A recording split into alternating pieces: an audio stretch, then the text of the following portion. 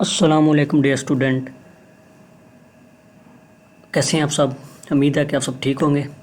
हमने अपने पिछला लेक्चर जो लेक्चर नंबर 1 था हमारा CSS ट्यूटोरियल की सीरीज़ का, उसमें हमने 2 CSS की टाइप्स को डिस्कस कर लिया था कि हम कैसे इनलाइन और इंटरनल CSS को यूज़ करके हम कैसे HTML के टैग्स को टारगेट करते हैं और एक HTML के डॉक्यूमेंट को स्टाइल करते हैं, डिज़ाइन करते हैं। ठीक, आज हम देखेंगे एक्सटर्नल CSS की तीसरी टाइप।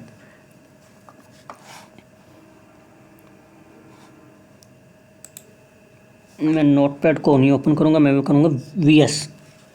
मैंने बताया था आपको VS, ठीक है। ये विजुअल स्टूडियो कोड है, ये आया था VS, ठीक है। ये विजुअल स्टूडियो कोड को मैं ओपन करूँगा,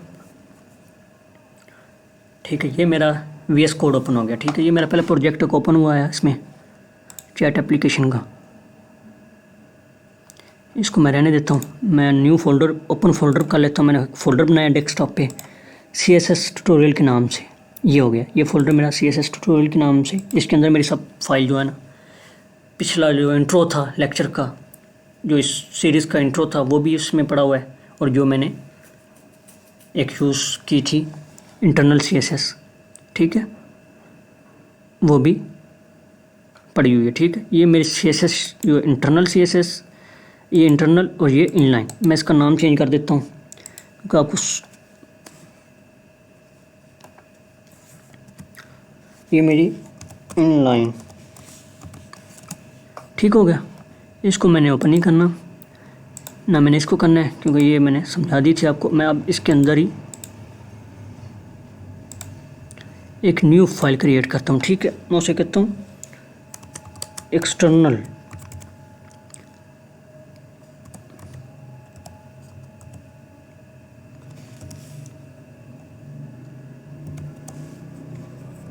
ठीक हो गया। मैंने एक न्यू फाइल क्रिएट की external.html, क्योंकि हम अब एक्सटर्नल CSS के बारे में पढ़ने लगे।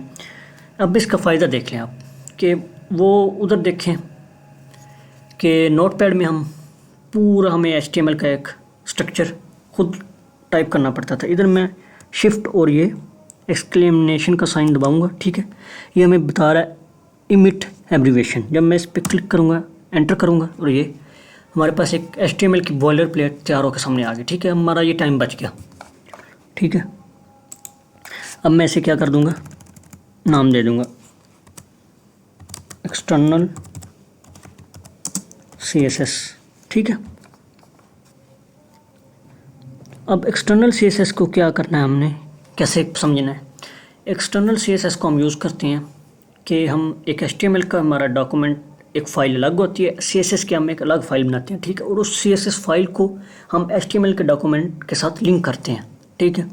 अब वो देखते हैं हम कैसे करते हैं। हम एक न्यू फाइल बनाते हैं, इसी में न्यू फाइल, उसका नाम मैं रख देता हूँ style.css। आप कुछ भी रख सकते हैं, आप अपना नाम रख के आगे CSS। अब ये देख लें, इधर HTML का डॉक्यूमेंट बनाया हमने, CSS लिखी HTML के डॉक्यूमेंट के अंदर, ठीक है। इनलाइन भी हमने HTML के अंदर लिखी डॉक्यूमेंट के अंदर, और इंटरनल भी हमने HTML के डॉक्यूमेंट के अंदर ही लिखी।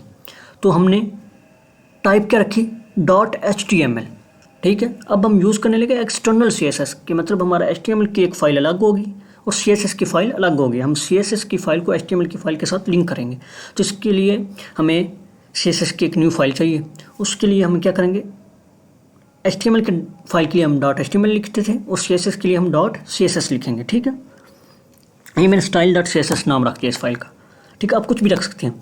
अब हम इधर लिंक ना करें तो हम जो भी लिखते रहें, जो मर्जी लिखते रहें, हमारा कोई फ़र्क नहीं पड़ेगा जब तक हम इस फाइल को, CSS की फ़ाइल को इस HTML के डॉक्यूमेंट के साथ लिंक ना कर दें। लिंक कैसे करना है, लिंक मैं आपको बताता हूँ। लिंक टैग यूज़ करना है, ठीक है। ये देखें, ये अब अगर मैं नोटपैड पे लिखता तो मुझे ये सारा कुछ खुद से टाइप करना पड़ना था, ठीक है। अब ये देखें, इसने कितना इजी कर दिया मेरे पास साथ, ठीक है। उसने खुद ही लिंक कर दी। उसने कहा CSS की फाइल लिंक करनी है, ठीक है। मैंने ये लिंक लिखा, L लिखा, उसने खुद ही आगे से मुझे सजेशन दे दी, ठीक है। ये मैंने लिंक कर दिया style.css फाइल। मैं इसे सेव करता हूँ, ठीक है। अब मैं इसमें कुछ लिखता हूँ, एक डिव बनाता हूँ, ये देखें डिव, ठीक है। मैं इसे क्लोज करूँगा, ये खुद ब खुद ही ओपनिंग और क्लोजिंग टैग लिखे आ जाएंगे, ठीक है। मैंने इसमें लिखी एक H1, ठीक है। उसमें मैं लिखूँगा हेलो मोहसिन, ठीक हो गया, ये मैंने लिखा। अब मैं आपको इसका आउटपुट शो कर देता हूँ। ये मैंने एक डेस्कटॉप पे CSS ट्यूटोरियल नाम से फोल्डर बनाया, उसमें मैंने अपनी सारी फाइल सेव की हैं, ठीक है। ये इंटरनल है, ये इनलाइन है, ये एक्सटर्नल है। मैं इसको ओपन करूँगा गूगल क्रोम में, ठीक है। ये ओपन हो गई, ये मैं आउटपुट दे रहा है, ठीक है। जैसे कि हमने पिछले 2 लेक्चर में देखा, जब इनलाइन और इंटरनल CSS यूज़ की थी, हम ये सिंपल एक H1 हेडिंग देते थे डिव के अंदर, डिवीजन टैग के अंदर, और ये हमें आउटपुट देता था, ठीक है। अब हम इसे स्टाइल करेंगे। स्टाइल कैसे करेंगे, जैसे कि हमने आईडी दी थी इंटरनल में, अब हम इधर क्लास यूज़ करेंगे, ठीक है। क्लास क्या मैं लिखूँगा, एक्सटर्नल कर देते हैं, क्योंकि हम एक्सटर्नल CSS को डिस्कस कर रहे हैं, एक्सटर्नल कर दी, ठीक है। अब मैं इधर नहीं लिखूँगा, अब मैं जाऊँगा CSS की फाइल में, इधर जाकर मैं लिखूँगा उस क्लास को कॉल करने का तरीका क्या, डॉट का साइन, आईडी को क्या कॉल करने का तरीका था, हैश का साइन, और क्लास को डॉट का साइन, ठीक है। ये कॉल करने का मेथड है CSS में। आईडी को कैसे कॉल करते हैं और क्लास को, आईडी का मैंने आपको बता दिया था। अब मैं क्लास करता हूँ डॉट एक्सटर्नल, ठीक है। ये अब देखिए, मतलब टाइपिंग स्पीड बंदे की इंक्रीज़ हो जाती है, ठीक है। अब मैं ऐसे करता हूँ कलर, मैंने कलर लिखा, नीचे आ गया कलर, ठीक है। उसने कहा क्या देना है, मैं कहता हूँ रेड, ठीक हो गया, ये आ गया। ये देखें साथ में कलर पिकर भी है, आप कुछ भी कलर इधर से चेंज कर सकते हैं RGB वैल्यू में, ठीक है। ये एक आ गया कलर पिकर, कलर मैंने दिया इसको रेड, और मैं क्या करता था फ़ॉन्ट साइज़ नीचे देखें, ये देखें आप लिखेंगे, आपको ये नीचे अपने से दे देगा टैग्स, आपको आसानी होगी इसमें कोड लिखने में, ठीक है। इसमें मैं देता हूँ साइज़ 40 पिक्सल, जो मैंने पिछले में यूज़ किया, ठीक है। उसको मैं बॉर्डर देता हूँ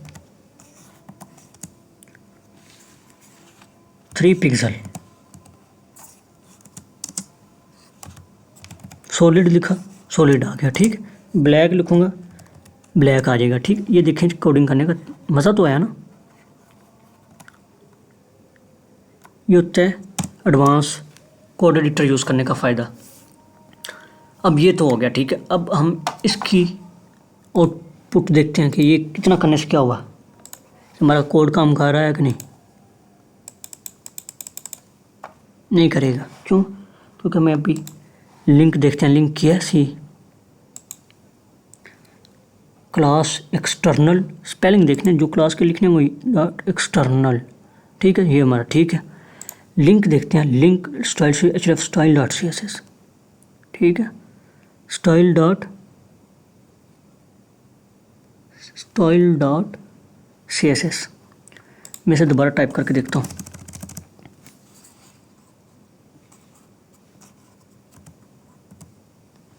ये देखें, मतलब ये कि मैं कह रहा हूँ उसे, ये मेथड है कि मैं उसे कह रहा हूँ डॉट बैकस्लैश, मतलब इस फाइल से बाहर निकलो और जाके स्टाइल डॉट CSS को लिंक कर दो, ठीक है। कि मतलब ये फाइल जो मेरी है एक्सटर्नल डॉट HTML की फ़ाइल है, मैंने कहा उससे निकलो और जाकर स्टाइल डॉट CSS फाइल ढूंढो जो इस फोल्डर में है, उसको जाके इससे लिंक कर दो, ठीक है। मैंने ये लिंक कर दी। अब मैं इस फाइल को सेव करता हूँ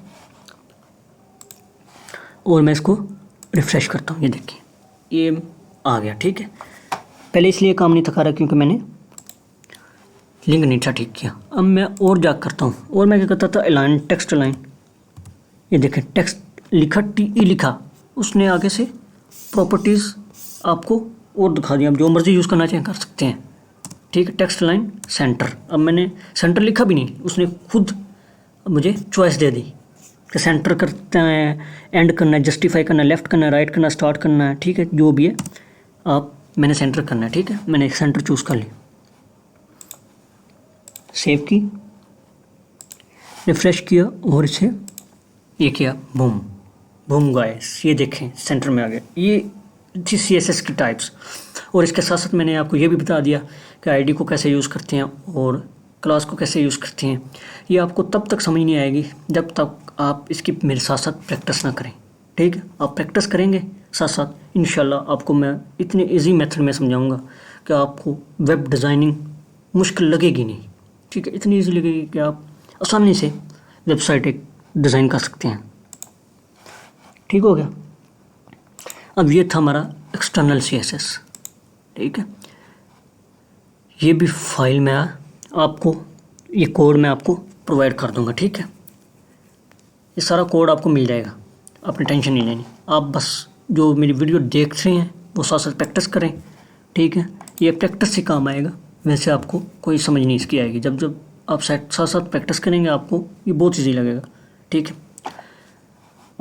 तो आज 3 लेक्चर हमने देखे जिसमें हमने CSS की टाइप्स देख ली और CSS को यूज़ कैसे करते हैं, ठीक है। उसमें सिलेक्टर कैसे यूज़ करते हैं, आईडी को हमने यूज़ किया, क्लास को यूज़ किया और HTML के टैग्स को हमने टारगेट किया और उसको स्टाइल किया।